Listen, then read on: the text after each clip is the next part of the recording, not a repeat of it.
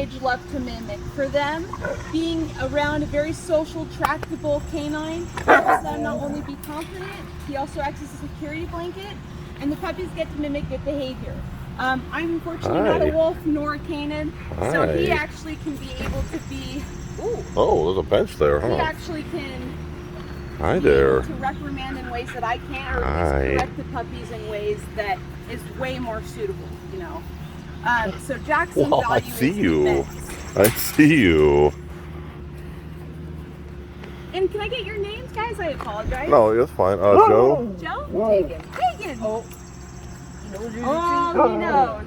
You see, beating a treat. Is it treat time? So. Look at. Oh, there's always treats. String cheese, you'll get awesome. It's like it was only in the wild. So you'll just have the whole stick, break it off as you feel to feed the puppies. He's gonna bite you the entire time, so try not to feed him. If you fall for it, that's okay. Okay. So just feed with an open palm with the puppies. Okay. And Joe, that's going to be the same for you. And you folks are welcome to sit down. I would recommend on this side because their water has been splashed so many times. All right, groovy. Are you here for the puppies? I think we are. All right. I'm going to just have you any food, Tic Tacs, gum in your pocket. Nothing like that. Sunglasses. Those are going to be taken by the. I kind of want to film you feeding them and then. Keep them backpack. Be sure to bring your phones in here. Gotcha. And I will help them just to make sure that you're with. There is a bar here. I don't want you knocking yourself out. What is that little one's name? I don't remember. Cucumber's a weird name for a wolf. I will admit.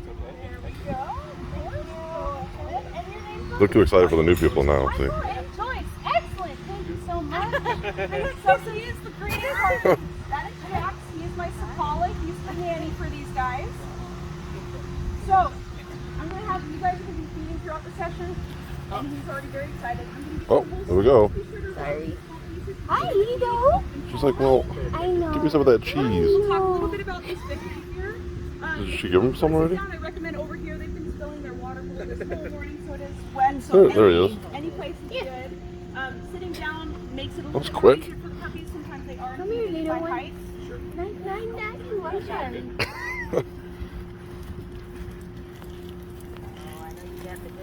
Oh yeah, and if they don't take that, I have their kibble too. Well, folks, if this is your first time to Wilstem, welcome. My name is Kale. I am the species coordinator or canid specialist here. Our youngest guys right now that is Cucumber. His nickname is Kiwi, and he is 16 weeks old. And then we have Doozy, who is 13 weeks old. Oh yeah, he's going to be barking at you the entire time. So he is our doggy dog. He is our mentor that works with the puppies. For puppies at a very young age, having a well-trained, socialized doggy dog does two things. He acts as a security blanket, and the puppies are always looking for someone to mimic. So having Jax here throughout the puppy process, and as they continue to get older, because he will be in the pen with them as well as my 3 adults, it's just good for them to have a companionship, especially if there's changes. Like, I don't know if you folks have been through the drive-thru yet? Not yet. So once you go, they'll probably route you up Grizzly Ridge. On the left-hand side, you'll see posts and a building. That's going to be where our wolf den is going to be. So be across from the grizzly bear. Yeah, we had the bear guy show us. Yeah. Whatever. Yeah, I forget his name. Yes. Yeah, so it will be pretty neat when these guys have their own habitat, and as we acclimate all of the wolves to their new habitat, Jax will play a crucial role in being a fixture, meaning he'll help them adapt because it is a new environment, and that can be a little scary for puppies. Want some more? Okay, cool. Here's this too, because they love that just as much. Oh. So in the world of You want the cheese? What do you want? Starts when these guys are born. Gestation is 63 Oh, weeks. there you go. Mom only has litters once a year. There you go. No? April, May, and June at the latest. When they're born a pound, blind, and deaf, and they have a very rapid growth period. Just like ungulates such as deer or elk, these guys have to be able to grow development fast because of predators. Just because they're an apex predator doesn't mean that they're out of the woods. So, Doozy here, the northern you want some kibble? Timber. He's going to come right up here asking for food. Doozy. And then Kiwi is a British Columbian coastal wolf. So the big difference you can see in size too, with Kiwi 16 weeks old, it shows you how drastic almost a month's difference could be between puppies. Here. I gotcha. I have a whole couch full, so if you need more.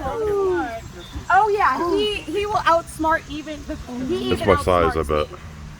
It's okay. Oh, go. He likes Good. Are they? What are they? Boys They're or both girls? boys. Okay. So I kind of joke and say that here at Wilstem we have a no ball bachelor pack. So all of our guys are 6 except these 2 are way too young. So we're going to give them enough time for growth and development. Hi. All right. You want some yeah, kibble? they're That's all we wanted got. cheese. I have more. Oh, he Right here. likes you. Oh, you want mine too? Oh, nope.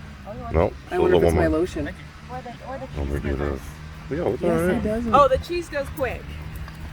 So these Hi. guys, even at their young Go ahead. age, It's awkward anyway. milk teeth. So Thank by you. about 5-6 months, they'll actually lose all their milk teeth and All have milk right. teeth. Now, even right now, they have a significant bite pressure, but as adults, they'll have 1,500 pounds per square inch. So that's enough to crush a femur in. Is that good? Now on the scale, the animal kingdom, the hyena is first at 4,800 pounds per square inch. Your leopard is second. And then Well, the hi there. leopard is Hi. between 32 to 3,400. Oh, you are just so these guys are very impressive. Now, as far as food, unfortunately, cheese is not found in the wild. If only. If there was fresh, right. wild mozzarella. So these guys in the wild will eat small rodents, rabbits. Sometimes they'll browse on blueberry bushes, as we've seen in the Voyageurs National Forest. The Voyageurs Wolf Project is documented. These guys will also, especially kiwi, their diet for British Columbian coastal wolves, or what we refer to as sea wolves, is 70% seafood. That's shellfish, that There can be you go. clams, mussels, that can especially be salmon during the Great Salmon Run up there, or salmon migration. That also includes if any seals wash up, sometimes we have seen them actively hunting. And any type of wolf subspecies, we like to joke and say that they love 2 things, fast food and leftovers. Fast food meaning they love to not expend energy. These guys sleep 16 hours a day. So animals that are sick and weak or injured, they will specifically target. Now, as far as leftovers, that would be any animals like vehicular collisions, or if a bear or a cougar has already caught or killed an animal and stashed it, they are fine with leftovers. Because in the He's a world cheese hunting, eater, huh? they're pretty awful. About 100 out of What a leg, 100 elk, man, about jeez. 84 get away from them. So that fast food and leftover tactic is just the perfect approach for these guys. That one is just sitting there begging.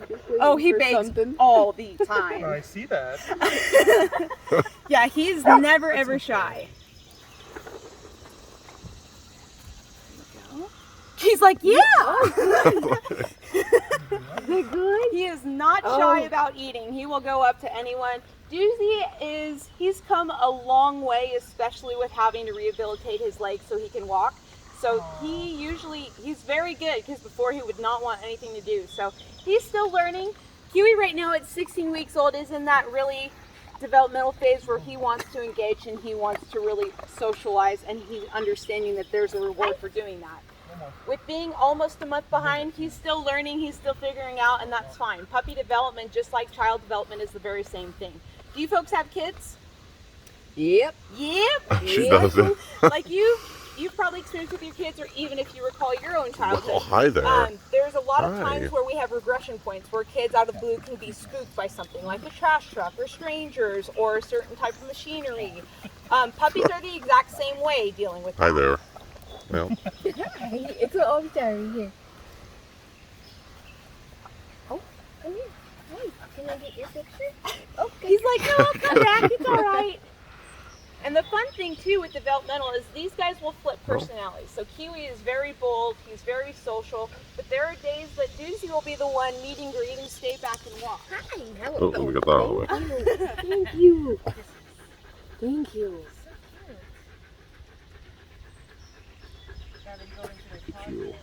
No, they haven't. And what's Look cool at about this. their Look at paws this and their picture feet we're going to too. get later.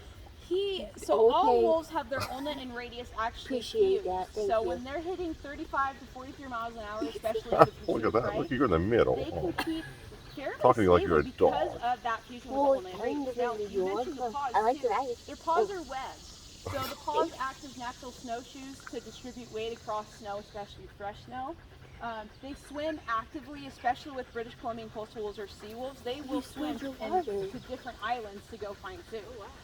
And that also their paws work We with, got kibble. again with rocky terrain Look and at being this. able to Look kind at of this. hold themselves steady. Thanks. Like that lotion, huh? Like, I'm done with you guys. Yeah. This guy feeds me. Yeah. And if you folks He's got have any cheese. questions, there's never such thing as a dumb question, especially when it comes to wolves. They are remarked as one of North America's most polarized species, whether you see them for good or for bad or for whatever purpose. Furthering the science with these animals is actually pretty important these days, as their role as an apex predator in different biomes across the United States, as well as Europe, Canada, even Mongolia. Oh, that's cool. They're fun. I mean, my last group yesterday, their impression that they're going to be like, oh, we're going to be chewed to pieces. Like, actually, no, they're pretty low key, and that's what the socialization and having this enrichment opportunity. You're so for you random. folks, or the enrichment for these guys, kind of helps them Random. build their confidence. There Good you boy, go. Kiwis. There you go. Nice, Mark.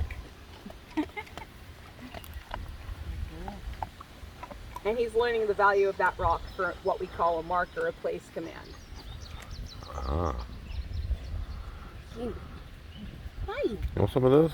If you don't eat it, I will. It is lamb, so. I'm sure it's very bland, yeah. Oh yeah, he's just Yep. best boy. And Q's just checking out what's behind you. Yeah. And Doozy's probably going to give him a little bit of tail right now. I'll eat your food. He's like, your phone looks real tasty too. I'm actually. sure. I hope it's not, yeah. I hope not. Like dogs, do they like chew toys too? Oh yeah, before you folks came in, they were actually roughhousing with the toy right by your feet. You're welcome to engage with toys with them too. Oh, yeah. They roughhouse, they'll jaw spar with one another. Toys are a big thing because just like we humans have fingers, they explore with their mouths most of the time. Oh, give us a point. Oh, scent rolling, yeah! Or just eating grass. No, you're scent rolling. Oh, Fiber. how cute. Yeah, so anything, what's really cool with that Uh-oh. behavior, what we call scent rolling, if you have dogs, you've probably seen your dogs roll in the most gross things possible. So, showing off his speed. Yep. So for wolves in the wild, as well as captivity, what they'll do is if they find something of value, whether it's super stinky, aromatic like rosemary, lavender, or a rotting carcass, they'll roll in that and go back to their social group to bring information and help lead the social group to where that item was, especially if it's carry-on. Interesting. And what's more fascinating too is right now science. So if you have dogs, you're very familiar with the term pack, alpha, dominance. That's all trying to be kiboshed. That's because there's always been a misinterpretation, and even L. David Nietzsche, who first coined alpha and dominance and packs, are trying to rewrite because there's growing negative connotation in the world of dogs and how to raise and train dogs. So the current term that science is pushing is called a social group, because when you think about how a family of wolves is structured, it is very much like a human family. Oh yeah, you hear that super quick clap of their teeth. We call that air snapping.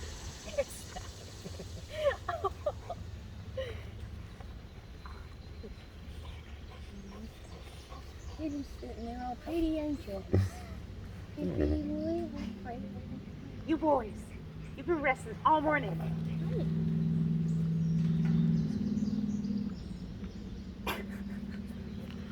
There's Niall. Do they freak out by squirrels? I'm sorry? Do they see squirrels? Do they? They don't kind of- care. They don't care. He They're pretty much cares. used to- He has a big opinion about squirrels. Even my adults really don't care. My doggy dogs, my other two Sapalos, absolutely will care and will want to chase. These guys, even when the horses go by, they're just like, oh, okay, yeah, that's fun. We see you all the time. There's no big draw or enrichment for that. It's just kind of daily life. You're just smashing your younger brother. You realize this, right? You're being smashed. You're being smashed.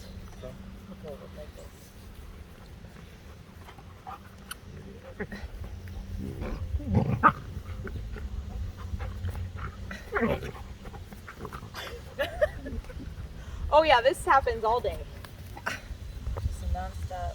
Non-stop. This, play is so important when it comes to the development of a social group. And once they do integrate with the big guys, play is going to be an even bigger factor. And the nice thing with Jax is that he's already setting the tone for when these guys do integrate with the adults of what's acceptable and what's not acceptable. But they'll still push buttons. His legs are so long and slinky. Mm-hmm. Yeah. You gonna break? How fast do they run? About between 35 to 43 miles an hour. Is it? Now, as Jeez, point oh, of man. reference, Usain Bolt, who's recorded as the fastest human, runs at 27 miles an hour. So even Usain Bolt can't escape that. But if it's just a casual trot or like meandering, it's between 5 and 15 miles. But I mean, they can cover ground that's such as over 60 miles in a day. Oh, wow.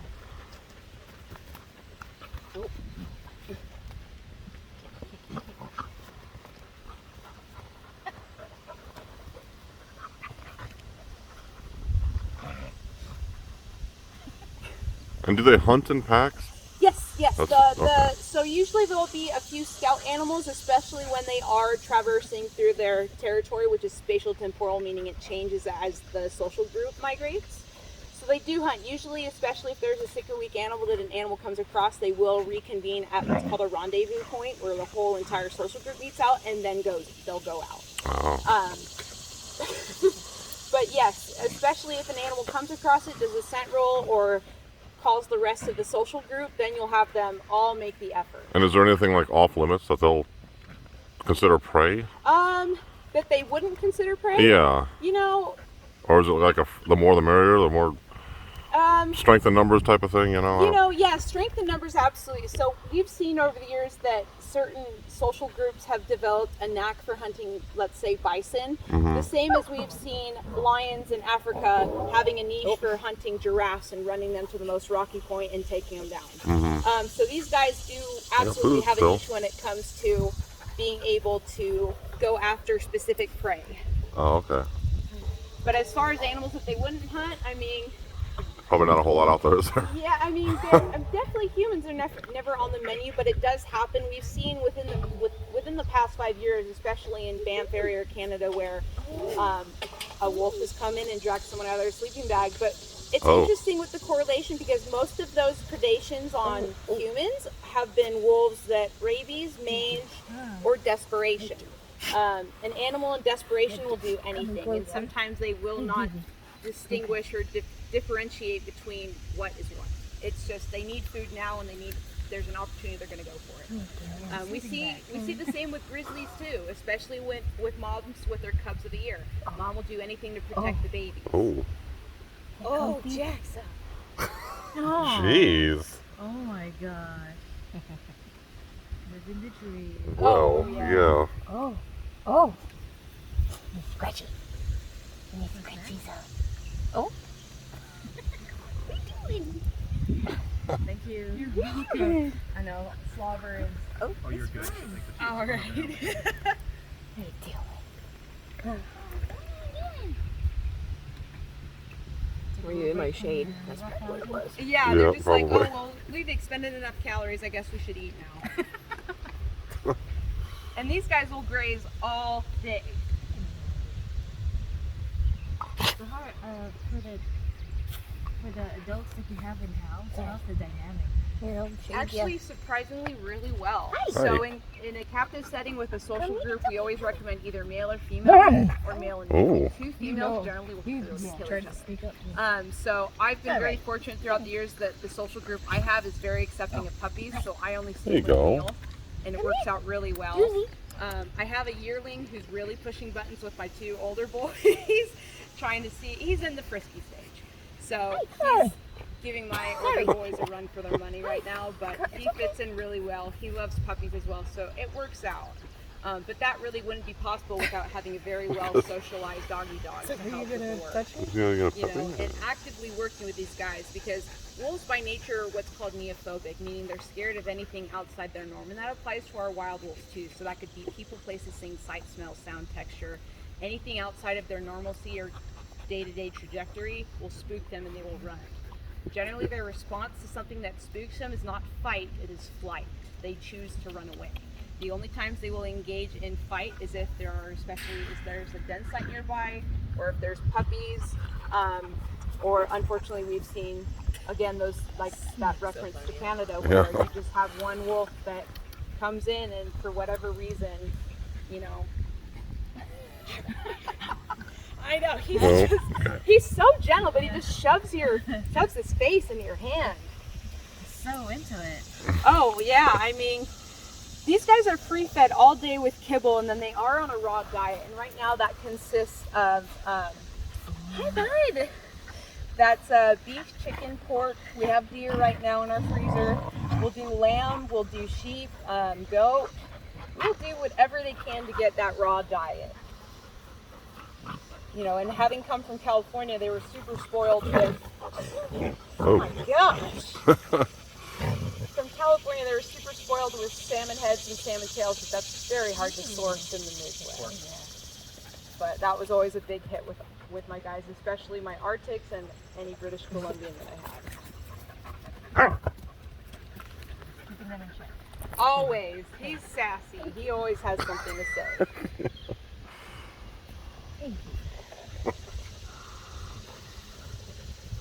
Did Jax also grow around the wolves? I had him before I even took on any wolf. So he's been my tried and true. Even before I started working with wolves, I was working with coyotes or bobcats. Oh wow. So, and just random cats. And he showed a really nice aptitude and temperament for like, oh, okay, whatever. Any dog can have prey drive. So I was very fortunate that he was just really, really amenable to dealing with things outside his threshold. He's just so chill. Yeah, he's a wonderful boy. Except for cheese. Yeah, except for He doesn't cheese. chill for cheese. Cheese or cheeseburgers. Oh. You have a cheeseburger. It's not gonna last long. That's just like I lost one of my best working wolves named Moo 2 years ago, and his kryptonite was cheese pizza every single time. You worked him on set or anywhere, if he was there, he would just work you until he could get that piece. Spicy sky raisins. Oh yeah, we have a lot of the spicy ones lately, and that boy and these two will just.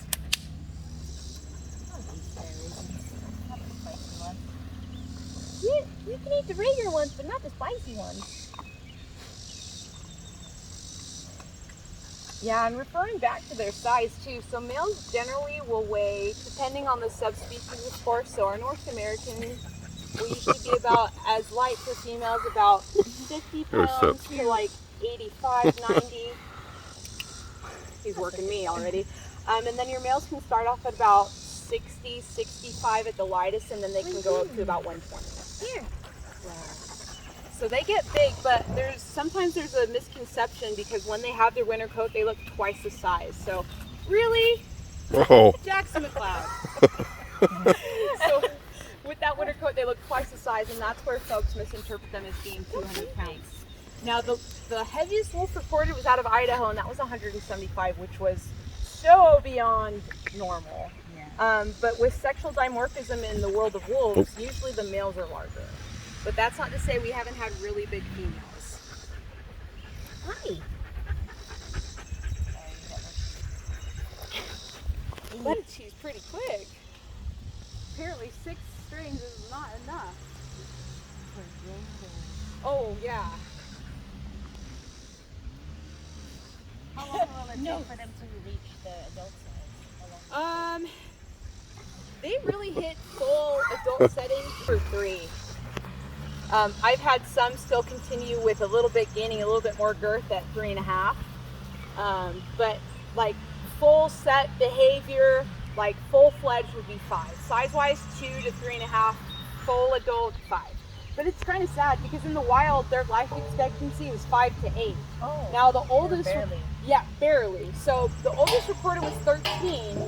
Captivity is extremely different because we can give them acute medical assistance or treatment. These guys don't have to fight for food. They can be up to 21. So there's a stark difference compared to their wild counterparts.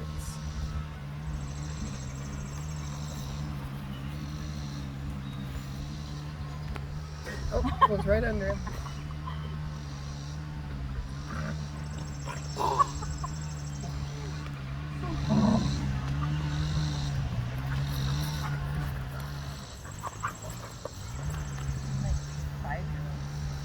Perpetual 5 years old.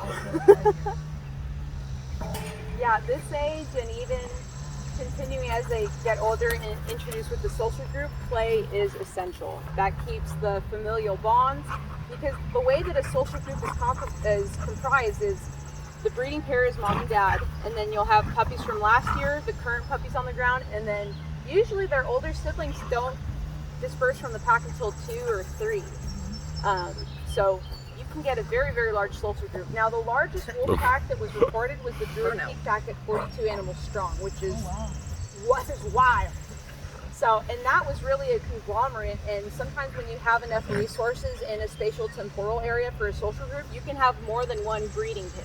And that's how the Druid Peak pack got so enormous, because there's more than one breeding pair. You know, and you figure that their average litter size is really between 6 to 8. So you can, you know, with enough plentiful resources, you can really have a large social group. But we haven't seen anything near the Druid Peak pack since that pack is no more. Probably their food source and their habitat. I'm sorry? Their food source and their habitat. Yeah, too. yeah, So, size. yeah. And I mean, when you compare our wolf social groups here in the United States to Canada, ours are smaller. Now, Canada has a far more wider range of less human encroachment, and that allows them to have larger territories.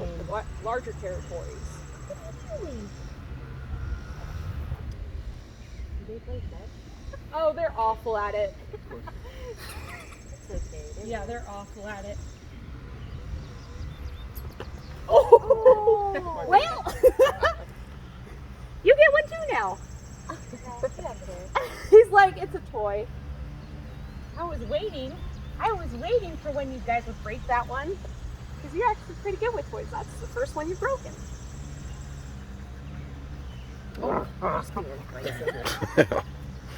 Nice. They're just like, but. And it's Just cool. yeah, and it's crazy too. So as they're engaging with us, checking us out, in this type of area, they can hear about 6 miles away. If we're talking open tundra, that's 10 miles away. So you pair that with their big old schnoz here.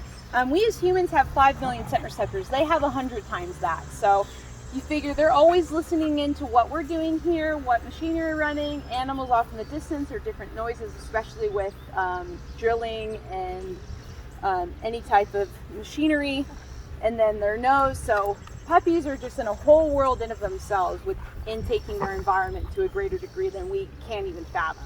Do they ever hear the other wolves howling? Oh yeah, they actually, so at night they are in that red barn in their crates, so if the puppies howl, the adults will howl in. Oh, And he is the noisiest. He is a talker. You wake everyone up because you're crying. But you're the sweetest. You're the sweetest boy.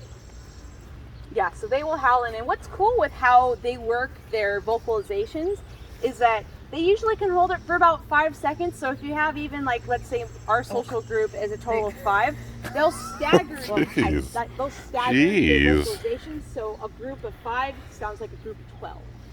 So, and they do that especially to dissuade other nearby social groups from their from their territory. Yeah. And also just different communications. Every social group has their own distinct dialect, just as we as humans have different accents or different languages that we know. It's very much the same for cetaceans as well, whether whales or dolphins. So, and that's been really It's like a dog. fascinating with Jim and Jamie Dutcher, who did one of the largest studies, had really found with the different tonal or vocalizations translating into, they have their own dialects.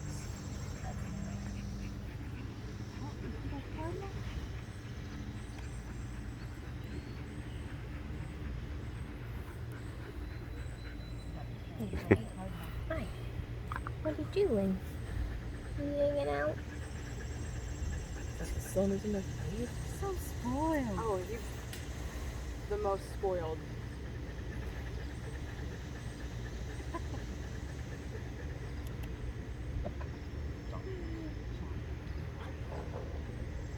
You got some? Nope. What are you? What's that? He's like, I see that hand. Tell us so curious. Yeah, I mean, it's just, it's amazing with how much they're taking in all at once.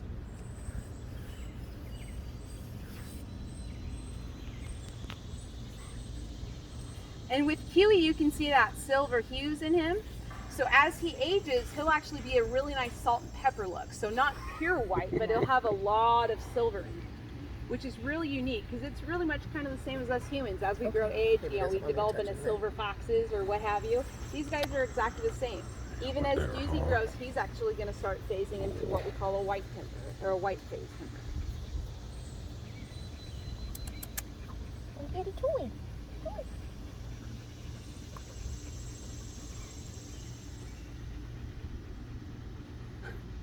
I'm gonna bite your leg.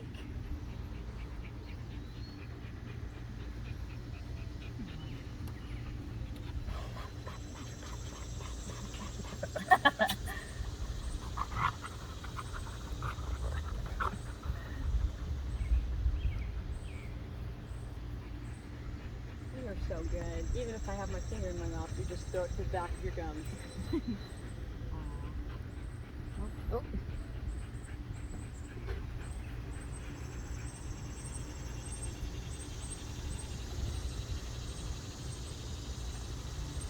Nice, buddy. Little runny, that's because of the kibble.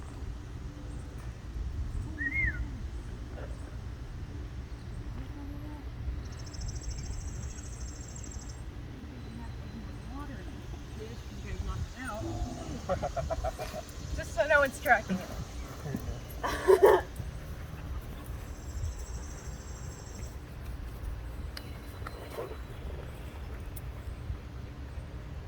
So have you folks been around exotic canids before? Nope. Oh, so this is a fun experience for you. How Well, we cool. watched them from a distance. But those are wild. Like in Colorado, they have like a wildlife sanctuary where they have like a canopy all the way up. Are you talking about which wild- one? the The one The in, Pat Craig spot? It's called the Wild Animal Sanctuary. Yeah, that's Pat Craig. yeah, like in the middle of We've been nowhere. there. Cool. Yeah, there's a few wolf sanctuaries out there too. It's so cool. But this one, they don't care because we're not in their space. We're not in their territory. Even Right. the bears, they just look at us up there and they just, yeah, Because whatever. they have the suspended platforms, right? Yeah. That is Like so way, cool. way up. That's so you could actually so see like rad. the wolves and like they have grizzlies, they have brown bears on one side, they have lions just nearby. Whoa. But it's really smart because they found out that if not, we're not in their territory, we're not in their same level, they don't see us as a threat to whatever they're protecting. But Yeah. the wolves there are wild, like wild rescues, so they don't really. They're They not- know they get spooked. they know mealtime, Yes. but they don't care about people. They like other dogs, but they don't like people.